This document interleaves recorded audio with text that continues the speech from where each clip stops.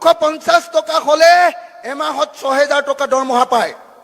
হিমন্ত বিশ্ব শৰ্মাই এসাঁজ ভাত খাওঁতে 6000তকৈ বেছি খৰচ কৰে। হয় নে নহয়?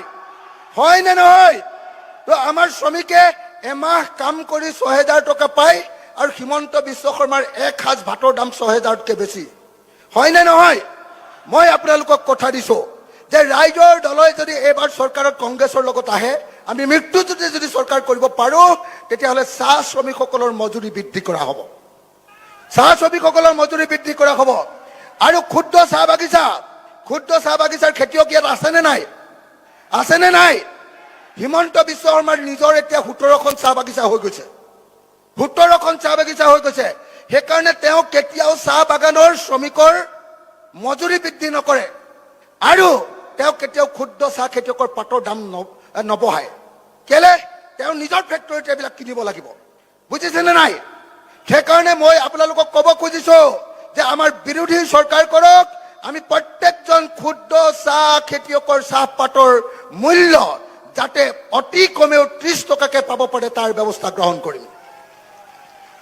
ভাল হ'বনে বেয়া হ'ব? ভাল হ'বনে বেয়া হ'ব? ভাল হ'ব। তো হিমন্ত বিশ্ব শৰ্মাৰ পৰা আমাক মুক্তি লাগে নে নালাগে?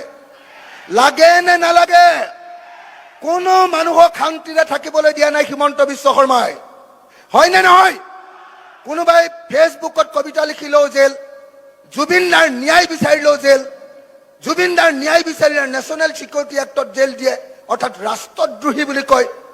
আৰু জুবিন দাক তেওঁৰ চৰকাৰৰ দিনত মাৰিলে আৰু এতিয়া জুবিন দাক ন্যায় দিয়াৰ কথা কেতিয়াও আজিকালি ক'বলৈ বন্ধ কৰি দিলে। হয় নে নহয়? তো জুবিন দাই হিমন্ত বিশ্ব শৰ্মা থাকিলে ন্যায় পাবনে? পাবনে? যদি নাপায় তেতিয়াহ'লে এইবাৰ চৰকাৰ বদলাব লাগিবনে নাই?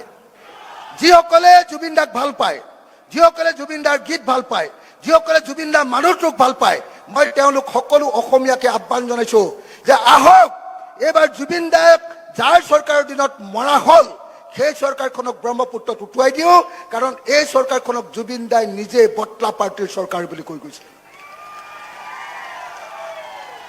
মই আৰু বেছি দীঘলীয়াকে নকওঁ, কিন্তু আপোনালোকক সকলোকে অনুৰোধ জনাইছো, আমাৰ টিংখাঙৰ আমাৰ প্ৰাৰ্থী বিপুল গগৈ, বিপুল দা আপোনালোকে জানে যে প্ৰয়াত তৰুণ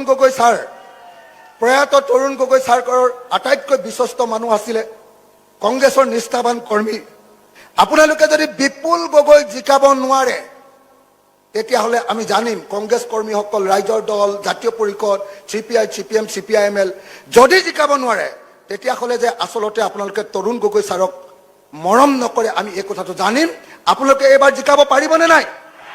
সঁচাকৈ পাৰিবনে নাই? পাৰিবনে নাই? পাৰিবনে নাই? আৰু দাদাৰ বিৰুদ্ধে যিজন উঠিছে, কি নাম তেওঁৰ? কি নাম? বিমল বৰা মোৰ লগত পঢ়িছিলে। বিমল বৰাক যদি আপুনি কয় যে গৰুৰ বিষয়ে এখন ইংৰাজীত ৰচনা সি লিখিব নোৱাৰে, বুজিছেনে নাই? বিমল বৰাক যদি কয় গৰুৰ বিষয়ে এখন ইংৰাজীত ৰচনা সি লিখিব নোৱাৰে। আমাৰ JB কলেজৰ আটাইতকৈ গেধা ল'ৰাটো সি আছিলে। তাৰ তেতিয়া একমাত্ৰ কামটো আছিলে সদৌ অসম ছাত্ৰ সন্থাৰ নামত পইচা তোলা। চান্দা মাষ্টৰ আছিলে সি।